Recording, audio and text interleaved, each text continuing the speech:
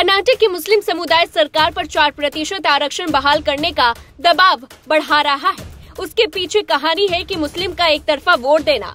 मुस्लिम समुदाय ने 4% आरक्षण बहाल करने के लिए इस महीने 3 विधानसभा चुनाव में जिस तरह वोट कांग्रेस को दिया, इसके बाद सरकार अब दबाव महसूस कर रही है। पिछले साल के विधानसभा चुनाव में मतदान पैटर्न से पता चलता है कि समुदाय कांग्रेस पार्टी के पीछे एकजुट हो गया था।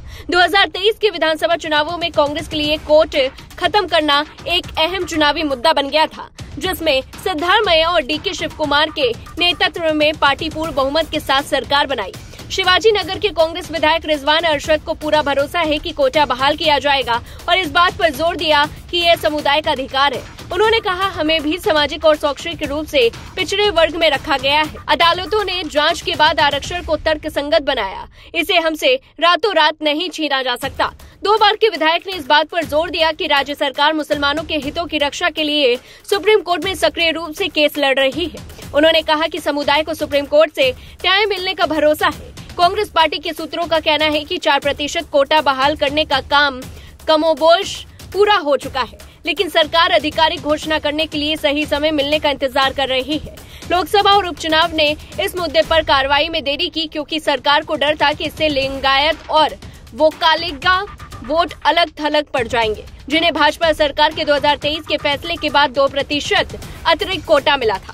एक मुस्लिम विधायक ने हाल के चुनावों में कांग्रेस के लिए समुदाय के भारी समर्थन की ओर इशारा करते हुए कहा, हालांकि संशोधित भाजपा कोटे पर सुप्रीम कोर्ट पर रोक का मतलब है कि मुसलमानों के लिए तत्काल कोई परेशानी नहीं है। हम जल्द ही मुख्यमंत्री से मिलकर कोटा बहाल करने के लिए दबाव डालेंगे। यह मुद्दा 1986 से 87 का है, जब ओ चिन्पा रेड्डी आयोग ने श्रेणी 2B के तहत मुसलमानों, बौद्धों और ईसाई धर्म में परिवर्तित अनुसूचित जातियों को 6% आरक्षण दिया था।